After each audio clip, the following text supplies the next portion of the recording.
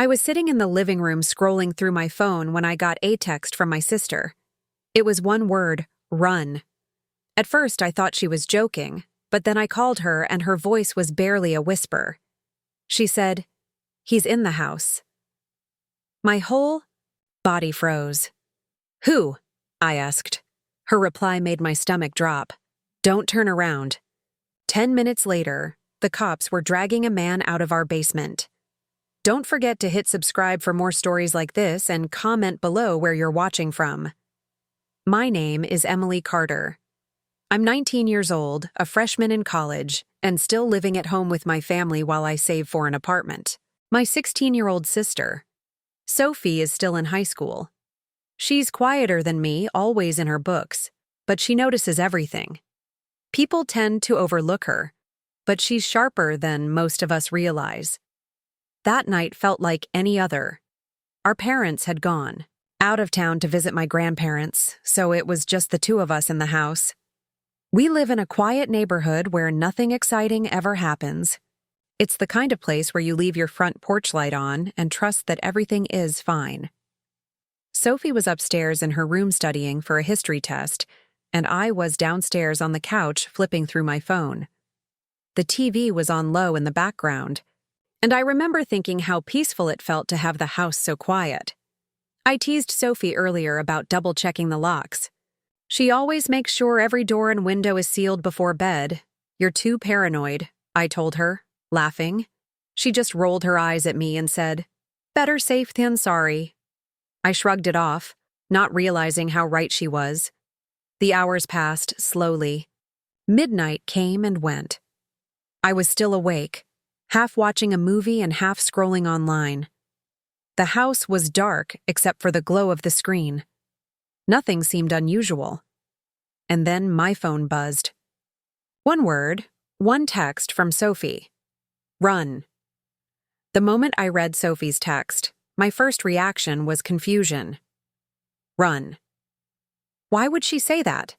Was this some kind of joke? I had just teased Hira a few hours earlier about being paranoid with locks. Maybe she was, trying to scare me back, but something about the way the word looked on the screen, just 3 letters all alone, felt different. It wasn't playful. It was urgent. I called her right away, pressing the phone to my ear. When she picked up, I could barely hear her. Her voice was thin, like she was hiding under a blanket or speaking through clenched teeth. "He's in the house," she whispered. My chest tightened instantly. "What do you mean? Who's in the house?" There was a pause just long enough for my heart to start pounding in my throat. Then she said the words that made my skin crawl. "Don't turn around." I froze. The hair on the back of my neck stood up. I was sitting in the living room, the glow of the TV flickering across the walls. Behind me was the hallway thatched to the kitchen and the basement stairs. In that instant, every sound in the house seemed magnified. The hum of the refrigerator, the faint ticking of the wall clock, the soft creak of wood settling under the house. My instincts screamed at me to move, but my body wouldn't listen. "Sophie," I whispered into the phone, my voice trembling. "What are you talking about?" "Where are you? I'm in my room," she said quickly. I heard him. "He's downstairs." I heard the basement door. My stomach dropped. I wanted to believe she was imagining things, but the way she spoke left no room for doubt. She was terrified, and Sophie didn't scare easily. I swallowed hard and tried to think. The basement. My mind raced through possibilities. Maybe a raccoon had gotten inside. Maybe the furnace had made a noise. But then I remembered the basement door. I had walked past it earlier and it had been cracked open. That wasn't normal. We always kept it shut. I pressed my phone tighter to my ear. "Okay, listen to me. Lock your door. Stay in your room. Don't make a sound." "I already did," she whispered back. "But you can't stay where you are. He's going to come up." My palms were sweating so much the phone almost slipped from my hand. I stood slowly, every muscle tense, and tiptoed toward the kitchen where the landline hung on the wall. It felt safer than using Mysol. like the sound of dialing 911 would connect me faster. But with every step I took, the floorboards groaned under my weight, and I winced at the sound. I picked up the landline and dialed with shaking hands. The operator's voice was calm, but mine wasn't. "There's someone in my house. Please, you have to send someone." She asked me for the address, my name, and told me to stay on the line. My voice cracked as I whispered the words, terrified the sound might carry through the walls. Then I heard it, a faint creak, like a footstep, coming from the basement stairs. My blood went cold. I turned just enough to see the door at the end of the hallway. It was open wider now than before, the blackness of the stairwell yawning out like an open mouth. "Emily?" Sophie whispered through my phone, her voice breaking. "Are you still there?" "Yes," I whispered back. "I'm on the phone with 911. Stay hidden. Don't move." The operator's voice guided me. "Stay quiet. Officers are on their way. Can you see the person?" "No," I whispered, "but I hear him. He's moving." The silence stretched, broken only by the sound of my heartbeat pounding in my ears. Then came another sound. Faint, boot-unmistakable breathing. Slow, heavy breathing. And it wasn't mine. I backed into the kitchen, clutching the phone like a lifeline, trying to keep my breathing shallow. My eyes darted to the sliding glass door. Should I run? Could I get Sophie out with me? Or would that just expose us both? Fear tangled with responsibility. I couldn't leave her. I had to keep her safe no matter what. "Emily." Sophie's voice came again, small and terrified. "He's coming upstairs. I hear him." I pressed the phone harder. Tommy ear, whispering into both lines. "Attance. The 911 operator and my sister. Stay hidden. Just hold on. The police are coming. Don't make a sound." Every muscle in my body was tight. Every sense on high alert. The walls that once felt safe now felt like a trap. I realized then how close we were to danger and how thin the line was between ordinary life and a nightmare. The sound of a floorboard creaking above me confirmed it. Whoever was in the basement wasn't staying there. He was moving closer. I clutched the landline so hard it hurt, whispering into the receiver while my heart raced so fast it felt like it might burst. The 911 operator kept repeating, "Stay calm. Officers are on the way. Stay hidden until they arrive." I wanted to believe that help was close, but every sound inside the house told me we might not have enough time. The floor creaked again, closer now. My breath caught in my throat. I pressed myself against the wall of the kitchen, staring toward the basement door at the end of the hallway. The dark gap looked wider now, like someone had pushed it further open. I couldn't see anyone, but I could feel it. The sense that I wasn't alone. My first thought was Sophie. She was upstairs, locked in her room, whispering to me through my cell phone. Terrified, I couldn't just stay still while she sat up there unprotected. I had to decide. Stay frozen like the operator advised or move quietly to protect my sister. I lowered my voice and asked the operator, "How much longer until the police gather?" "Just a few more minutes," she said, calm but firm. "Whatever you do, don't try to confront him. Keep your sister safe, stay quiet." I hung on her words, but the fear of Sophie being cornered upstairs outweighed everything else. I whispered into my cell, "Sophie, listen to me. Stay locked in your room. Don't open the door for anyone but me or the police. Do you understand?" Her voice cracked, but she answered, "Yes." That gave me the courage to act. I set the landline quietly, back in its cradle and crouched low, inching toward the stairs. My plan wasn't to fight whoever was here. I wasn't strong enough for that. My plan was simple. Get upstairs before he did, stay with Sophie and keep her safe until help arrived. As I crept toward the hallway, every board under my feet felt like it screamed. I moved slowly, one hand on the wall, holding my breath. Then I heard it again, breathing heavy, uneven, not far from the stairs. My blood ran cold. He was moving upward. I darted into the hallway, forcing myself to be quiet but quick, and started up the stairs. My heart hammered with each step. I tried not to look back, but I couldn't help it. Halfway up, I glanced over my shoulder and saw it. The basement door was now completely open. A shadow shifted just beyond it. I nearly tripped as I scrambled up theirs of the stairs.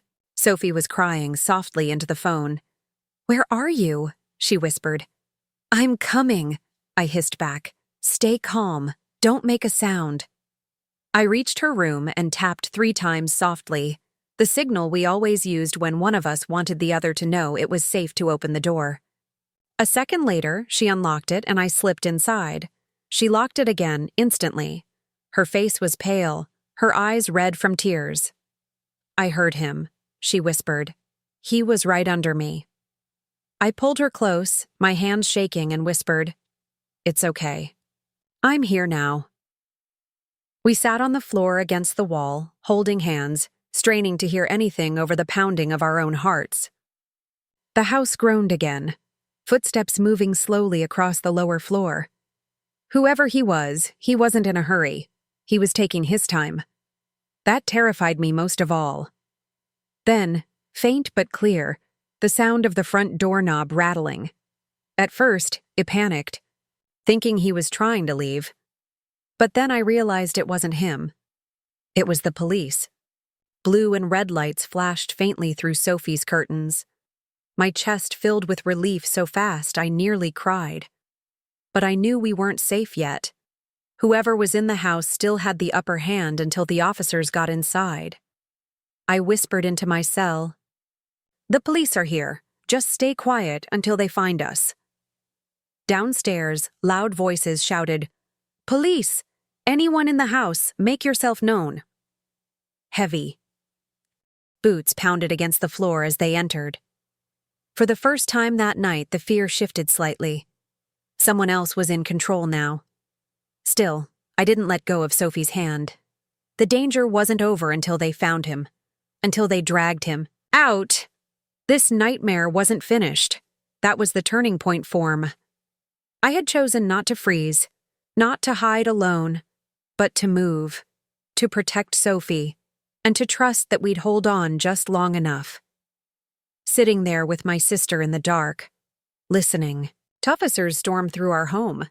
I knew that decision might have been the only reason we survived. The pounding of boots echoed through the house, shaking the walls. Sophie and I clung to each other on the floor of her room, barely daring to breathe. The officers shouted commands downstairs, their voices sharp and authoritative. "Police, step out with your hands where we can see them." For a few seconds, the only sound was the rush of adrenaline in my ears. Then came a noise. I'll never forget the sudden crash of something heavy being knocked over in the basement. The officer's footsteps thundered toward it. Sophie flinched beside me, whispering, "They found him." I didn't know if she was right, but I squeezed her hand tighter. Every fiber of my body was waiting for what came next. A muffled voice barked out from below. "Don't move. Stay down." Then came a scuffle. Loud bangs, the scraping of furniture, the sound of men struggling. Sophie pressed her face against my shoulder, trembling. I could hear every crash and grunt like it was happening inside our room. The hallway outside our door creaked, and I nearly stopped breathing. Were there more of them? Could there have been more than one intruder? My heart pounded at the thought. But then a second wave of boots pounded the stairs. Officers rushed past door, shouting to clear the upstairs. "Police. Is anyone here?" I scrambled to my feet and called out, my voice breaking. "We're in here." The door flew open and 2 officers with flashlights burst into the room. Their yells swept the space, weapons lowered once they saw us. 2 terrified sisters clutching each other on the floor. "You're safe now," one said firmly. "Stay with us." I couldn't hold it together anymore. Relief poured out of me in shaking ink so as Sophie clung to him. The officer motioned for us to stay put, then spoke into his radio. 2 juveniles located upstairs. Suspect is being detained. Those words, suspect is being detained, were like oxygen. They hailed us carefully downstairs once the struggle ended. Our house looked like a storm had torn through it. The front door was wide open. Lights from squad cars flashing across the living room. Officers moved quickly, talking into radios, checking every corner. And then I saw him. Pinned to the ground by 2 officers near the basement door was a man I vaguely recognized. His face was pale, sweaty, twisted in frustration. His hands were cuffed tightly. Behind his back, his clothes smudged with dirt. One officer yanked him to his feet and pulled him toward the door. My stomach turned as recognition hit me. He wasn't a stranger. He was the repairman who'd come weeks earlier to fix a leak in our basement. Pipes! Mom had let him in. He'd been in our house before, moving through the same rooms we thought were safe. The officer must have seen the shock on my face because he said he washing in the basement. Looks like he planned to wait until the house was empty. But the thought that chilled me most was what Sophie had whispered. Don't turn around. If I had, maybe he would have been right there. Sophie's voice shook as she asked the question on both of our minds. Why was he here? The officer gave a grim shake of his head. We found tools, rope, and food stashed down there. Looks like he had been hiding for a while. I felt my knees weaken and I leaned against the wall, holding Sophie close. The reality of what almost happened hit me like a tidal wave. This wasn't just a break-in. This man had planned something far worse. The officers escorted him out into the night. Squad car lights painting the driveway in red and blue. Neighbors had gathered, on the sidewalk, whispering in shock as they watched the scene unfold. For once, our quiet, safe neighborhood wasn't quiet at all. An officer turned back to us and spoke gently. You girls did everything right. You stayed quiet. You called for help. And you stayed together. That's the reason you're safe tonight. I wanted to believe him. But the truth was heavy. We hadn't just been lucky. We'd been seconds away from disaster. When the house finally cleared out and the last officer assured us we'd be safe until our parents returned. Sophie and I sat together on the couch. Neither of us spoke. At first, we just stared at the floor, still shaken by everything we'd seen and heard. Finally, Sophie whispered. If I hadn't heard him, she trailed off, but I knew what she meant. I turned to her and said, You saved us. Don't ever doubt that. You saved us both. Her eyes welled up and she leaned against me, exhausted. In that moment, I understood something I hadn't before. That my younger sister, the one I always thought I had taught protect, had been the protector that night. The nightmare was ending, but the memory of it would stay with us forever. The days after that night felt strange, almost unreal. Our house, the place that was supposed to be our safe space, now felt unfamiliar. Every creak of the floorboards, every hum from the basement pipes made my heart race. For the first time, I was scared of my own home. Sophie was the same. She jumped at sudden noises, and she refused to go into any room without flipping on every light first. We were back in our daily routines, but nothing about our lives felt normal anymore. Our parents rushed home the next morning as soon as they got the call. I'll never forget the look in Mom's face when she saw the basement door taped off with police evidence tags. She hugged us both so tightly I thought she might break us. Dad was furious, angry that someone had violated our home, angry at himself for not being there, and angry that our family had been put in danger in a place where we should have been safe. The police explained everything to our parents in detail. The man they arrested was the plumber who had worked on our basement pipes a month earlier. He'd used that opportunity to unlock a window and quietly stash supplies, food, water bottles, rope, even a sleeping bag. It was clear he had been planning to come back. The worst part was learning how long he'd been hiding down there before. Sophie heard him moving. He had slipped into the house while we were both distracted earlier that evening, probably while I was downstairs, watching TV. The thought that he had been beneath our feet waiting was enough to send chills down my spine. When I thought back to Sophie's text, just that one word, run, I realized how close we had come to disaster. If she hadn't noticed, if she hadn't listened to that gut instinct and told me we might not have had time to call for help, the reality was heavy. It wasn't luck that saved us. It was her courage and quick thinking. In the weeks that followed, our family made changes. New locks were installed on every door and window. Security cameras were set up around the outside of the house.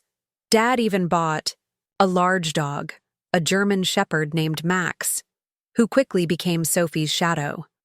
For the first time since that night, she slept soundly again with Max curled at the foot of her bed. But the bigger change wasn't just in our house. It was in us.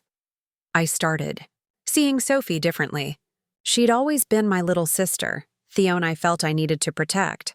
But that night, she had been the strong one. She had been the one who noticed, the one who acted, and the one who saved us both. I'll never forget the fear in her voice when she whispered, "Don't turn around." But I'll also never forget the strength it took for her to warn me. She didn't freeze. She didn't panic. She made sure I knew the danger before it was too late. That night taught me something I carry with me every day now. Danger doesn't always announce itself. Sometimes it hides in plain sight, waiting for the perfect moment. But just as important, sometimes the smallest warning, even a single word, can save your life. I also learned how important it is to trust your instincts. Sophie didn't have proof. She didn't see the man at first, but she heard something off, something that didn't belong, and she trusted her gut enough to act. That instinct might have been the only reason we survived. Life has slowly returned to normal, but with a new layer of awareness. We lock doors religiously. We pay attention to sounds and details most people would ignore. I don't live in fear, but I live with a respect for the fact that safety can be fragile. And I live with a new kind of gratitude for my sister, for the officers who came so quickly, and for the fact that we were given another chance to sit at the breakfast table together the next morning. Sometimes I still wake up at night thinking about what could have happened if Sophie hadn't sent that text, if I had ignored it, or if the police had come just a little too late. Those thoughts make me shiver, but they also remind me never to take warnings lightly, no matter how small they seem. That night changed me. It changed us. And though I wouldn't wish it on anyone, it left me with one lesson I'll never forget. Sometimes survival depends on one word, one decision, or one act of courage. And for me, that act of courage came from my little sister. If this story gave you chills, make sure to subscribe to my channel.